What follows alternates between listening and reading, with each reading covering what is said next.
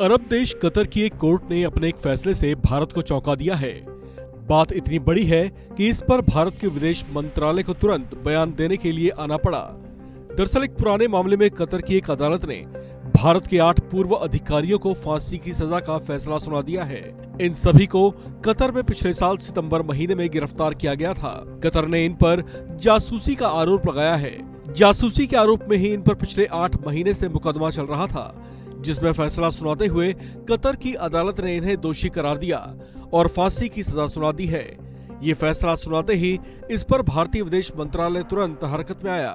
उनकी ओर से जारी बयान में कहा गया कि मौत की सजा के फैसले से हम हैरान हैं और हम विस्तृत फैसले का इंतजार कर रहे हैं। विदेश मंत्रालय ने कहा कि हम परिवार के सदस्यों और कानूनी टीम के संपर्क में हैं और सभी कानूनी विकल्प तलाश रहे हैं। भारत ने कहा कि इस मामले को हम बहुत महत्वपूर्ण मानते हैं और इस पर बारीकी से नजर रखे हुए हैं। सभी काउंसलर और कानूनी सहायता देना जारी रखेंगे। फैसले को कतर के अधिकारियों के सामने भी उठाएंगे।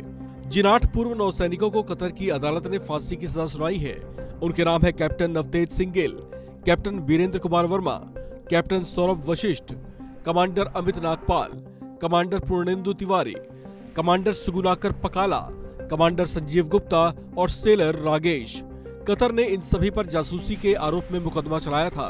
भारतीय नौसेना के ये सभी पूर्व अधिकारी हाल फिलहाल देहरा ग्लोबल कंपनी के लिए काम कर रहे थे, जो कि एक निजी कंपनी है। ये कंपनी कतर की सेना को ट्रेनिंग देने का भी काम करती है। पिछले साल इन सभी को कतर में इनके घरों से गिरफ्तार किया गया था। इन पर आरोप लगाए गए थे कि ये कतर में इजराइल के लिए जासूसी कर रहे थे। इन पर मुकदमा चलाने के दौरान भी भारत ने कई बार कतर से आग्रह किया था कि इस मामले में वो दया दिखाए, लेकिन कतर ने हर बार इसे खारिज कर दिया। इस मामले में भारत सरकार की ओर से कहा गया है कि हमें जानकारी मिली है कि कतर की एक अदालत ने अल दहरा कंपनी में काम कर रहे भारत के 8 पूर्व नेवी अफसरों को गिरफ्तार किए जाने के मामले में फैसला सुना दिया है। इस मामले में भारत सरकार हर संभव मदद करने को तैयार है। हम इस फैसले की डिटेल कॉपी का इंतजार कर रहे हैं, जिसके बाद हम इस फैसले में आगे सभी जरूरी और हर संभव कदम उठाएंगे। हालांकि विदेश मंत्रालय ने यह भी कहा कि इस मामले की गंभीरता और जरूरी गोपनीयता को देखते हुए इस पर फिलहाल और टिप्पणी करना सही नहीं होगा।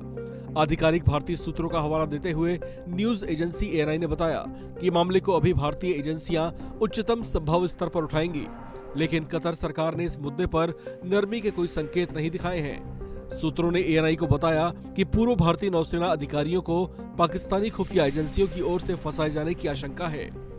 इस खबर में फिलहाल इतना ही। बाकी अपडेट्स के लिए आप बने रहिए वन इंडिया हिंदी के साथ।